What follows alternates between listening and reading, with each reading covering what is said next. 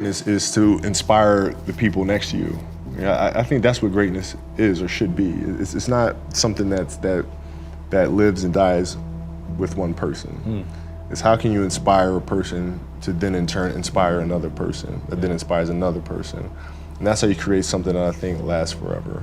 And I think that's our challenge as people, is to figure out how our story can impact others and motivate them in a way to create their own greatness. There's a quote from one of my English teachers at Lower Merion named Mr. Fisk. He had a great quote that said, "Rest at the end, not in the middle." And that's something I always live by. You know, I'm not going to rest now, I'm going to keep on pushing now. There are a lot of answers that I don't have, even questions that I don't have. But I'm just going to keep going. I'm just going to keep going, and I'll figure these things out as we go, right? And you just continue to build that way. So I try to live by that all the time. And what brings you the most joy right now? Being with my family. Really? That is the most fun. It's just, it's hanging out with them all summer, being able to like do things that I ordinarily couldn't do. Yeah. Because of training, because of season, and stuff like that. So being around them and watching Bianca grow up, because there are a lot of things that I miss with Natalia and Gianna because I was playing. So being there every day with them is so much fun, man. So it brings me the most joy. What does love feel like?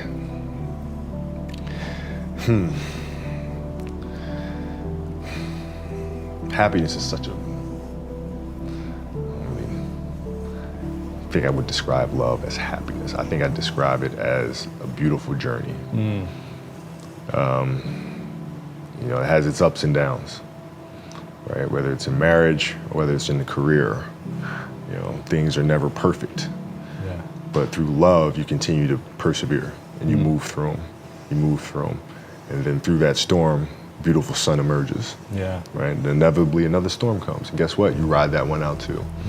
So I think love is a certain determination and persistence to go through the good times and the bad times with the someone or something that you truly love.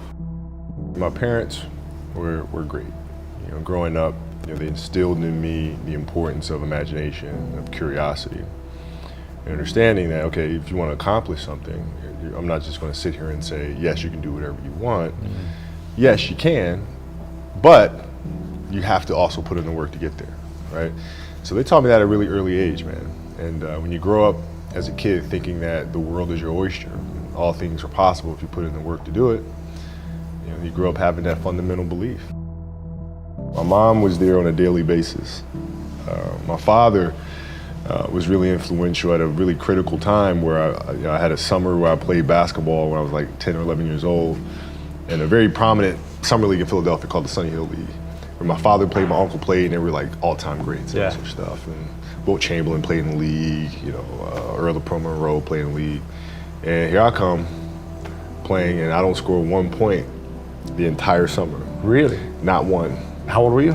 11, 10, 11. And you're playing against other 10, 11-year-olds? Or and you didn't score once? Not one. Were you in the game? I was in the game. How did you not score? Because I was terrible. Really? Yeah. At 10, 11 years old, you were that awful. terrible. I mean, and I had these big knee pads on because I was growing really fast. I had socks all the way up here, and I had like the high top skinny, fades, like skinny as hell.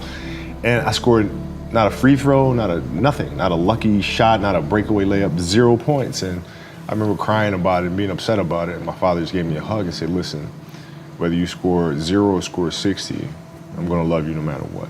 Wow. Now that is the most important thing that you can say to a child. Because from there I was like, okay, that gives me all the confidence in the world to fail. I have the security there. But to hell with that, I'm scoring 60. Let's go. Right. And from there I just went to work. And I stayed with it, and I kept practicing. When you're in this culture in our society, you can do some phenomenal things individually, but they'll never reach their full potential unless you do them collectively. And you have to figure out how to do that. The challenge for me was always compassion and empathy.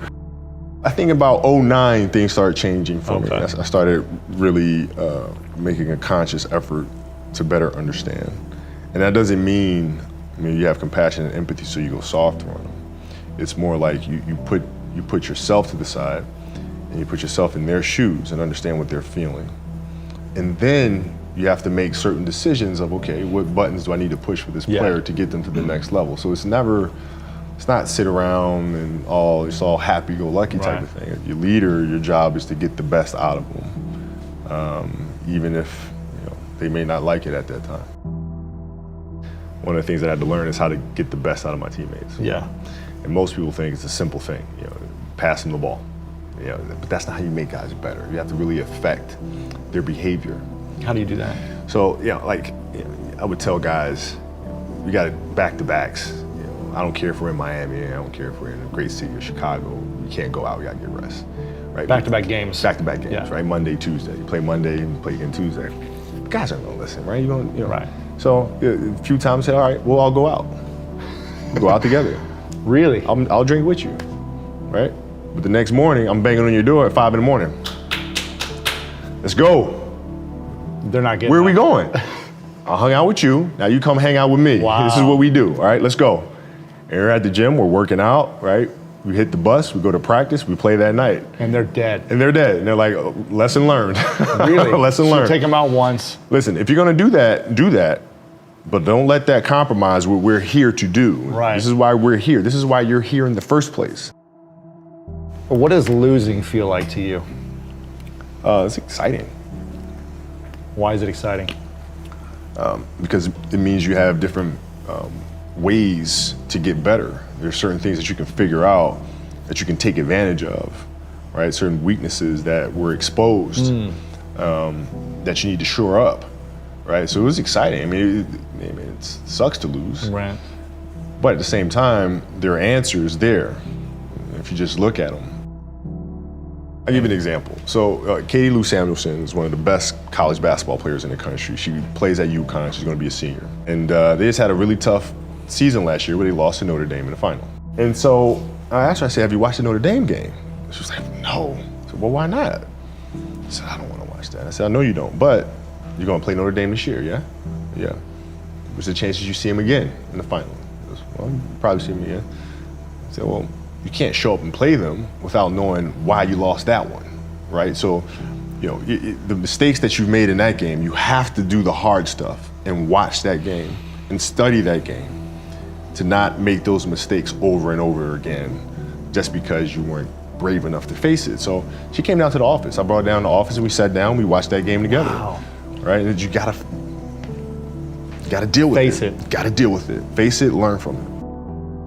When you play for 20 years, I played for 20 years, you reach a certain level, you're like, okay, wait a minute, I have to start again at the base of a mountain and try to climb the top of this mountain. First of all, what mountain am I climbing? I don't even know, like, what the hell am I gonna be doing?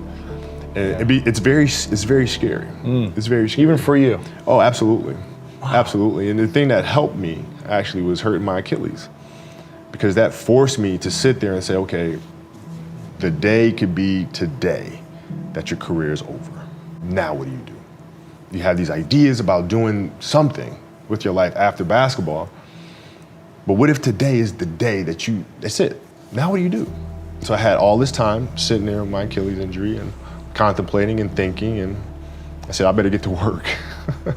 Wow. That was that. The mentality book is really about process and craft. I've broken the book up into 2 sections. And process is really about the process of preparing, through injury, recovery, studying of the game. And then the craft is the actual performance and the tactics. And so a lot of things that I learned through the game were through photos. You can look at a photo and see like a player making a move, and look at the angle of his feet, look how he's using his hands on defense, and I can really break down things to the smallest detail through that.